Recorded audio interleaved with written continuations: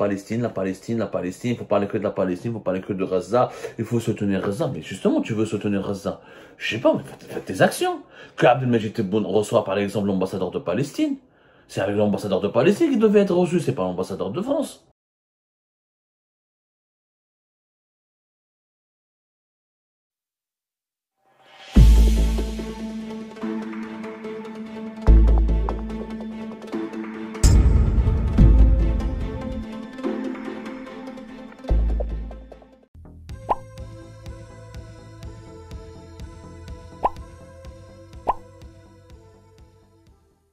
Des 200 otages enlevés par les milices armées du Hamas. Bon, les dirigeants arabes, au final, n'ont pas été... Personne n'a trouvé un accord.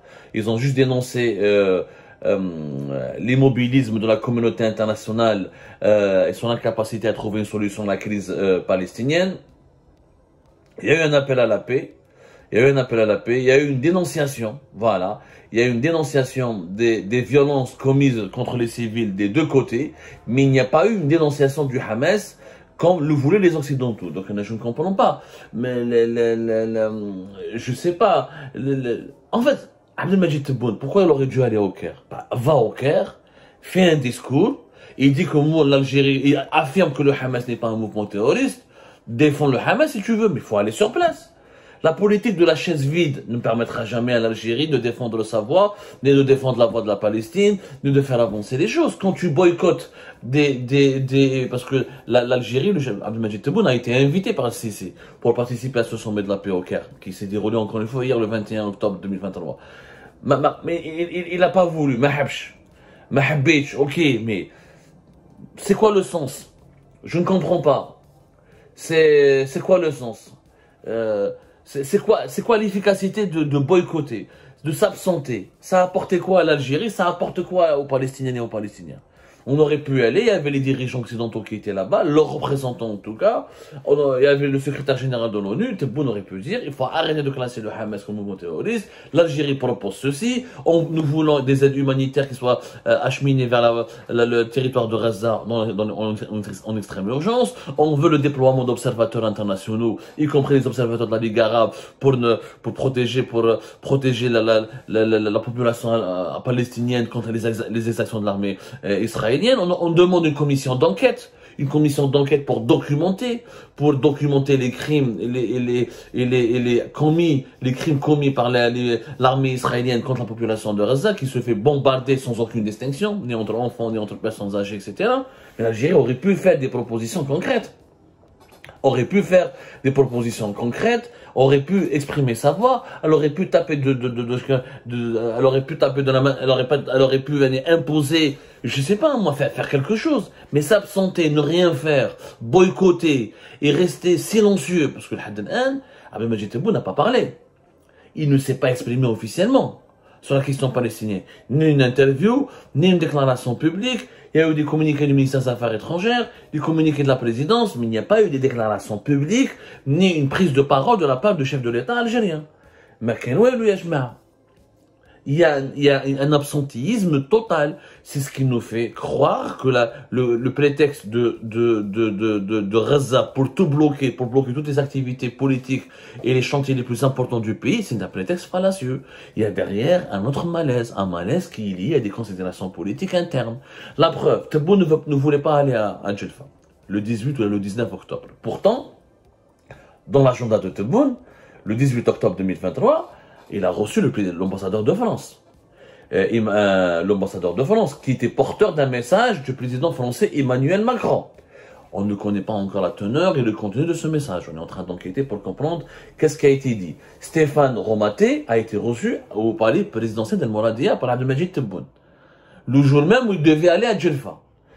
Alors, je ne comprends pas. Pour Gaza, par solidarité avec Gaza et avec la population de Gaza, et à cause du contexte très brûlant et très tendu autour des crimes commis par l'armée israélienne à Gaza, le président algérien ne part pas à Djelfa, mais il rencontre l'ambassadeur de France.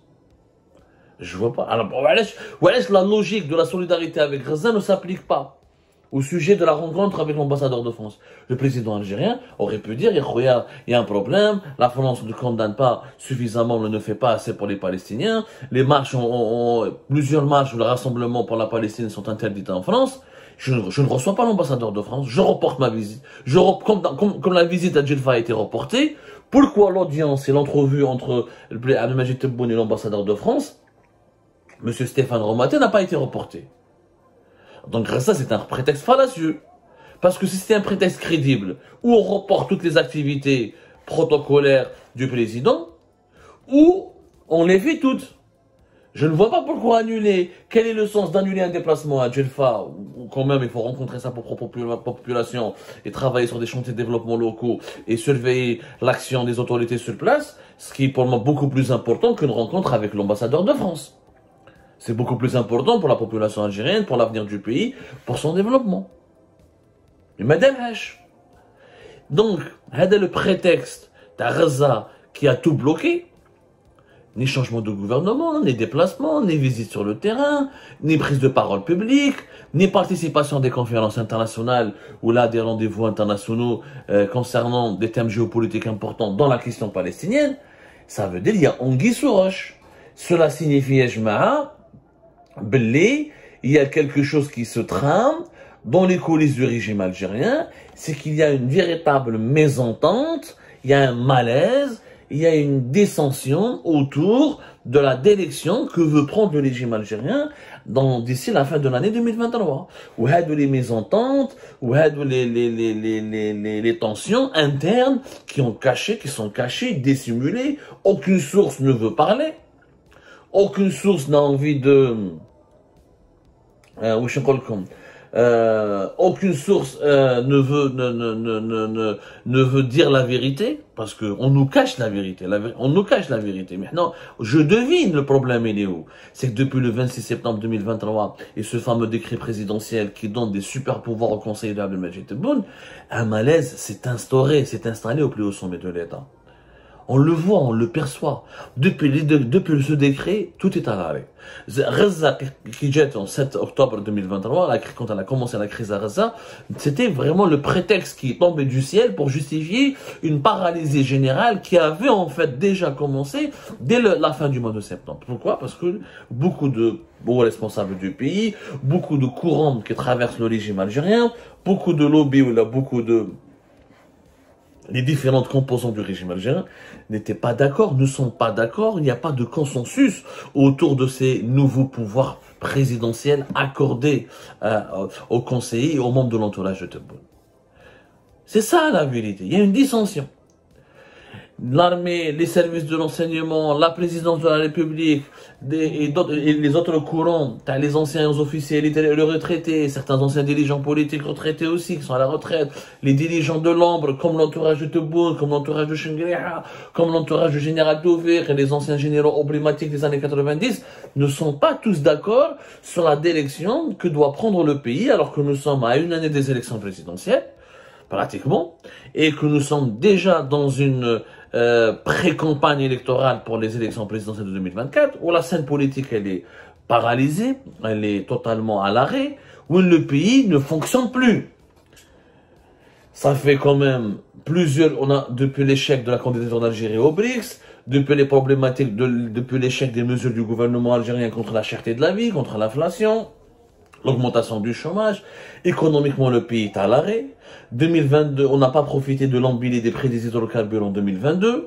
2023, on a bien vu que l'Algérie va gagner beaucoup moins d'argent qu'en 2022, alors que la vie, l'inflation, au niveau sur les marchés mondiaux, continue à être maintenue au même rythme pratiquement, même à quelques différences de près que l'année 2020, entre 2023 et 2022, que la guerre qui est en train d'éclater au Proche-Orient va avoir des impacts économiques énormes aussi sur la conjoncture économique internationale, mais l'Algérie est paralysée. Pas de projet inauguré, pas de nouveaux projets lancés, pas d'investissements étrangers prometteurs, il n'y a pas de dynamique, il n'y a aucune dynamique.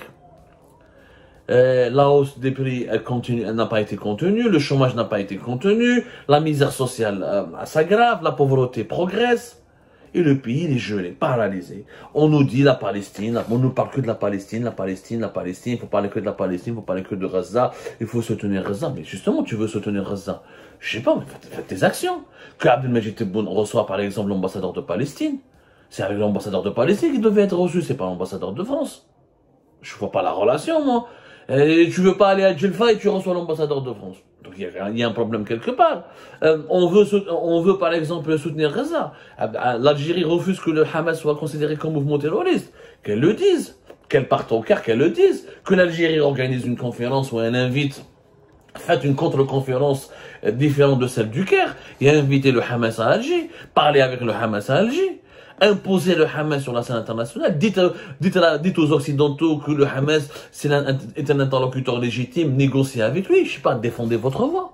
Mais quand tu ne fais rien, tu t'absentes, tu fais pas d'apparition publique, tu ne fais pas de déclaration publique, tu travailles pas sur le terrain, même les projets, même tout ce qui devait être fait sur la scène nationale n'a pas été fait. Pas de changement de gouvernement, pas de visite sur le terrain, pas de nouvelles politiques, pas de déclaration publique alors que nous sommes à la fin de l'année 2023, il faut préparer la loi de finances de 2024. Où est-ce qu'on va aller en 2024? Il y a un manque de visibilité totale. Parce qu'au sein du régime, il y a des désaccords profonds qui sont liés à l'avenir de l'Algérie par rapport aux élections présidentielles de 2024. Et je le dis, ce décret, on le sent vraiment, ce décret.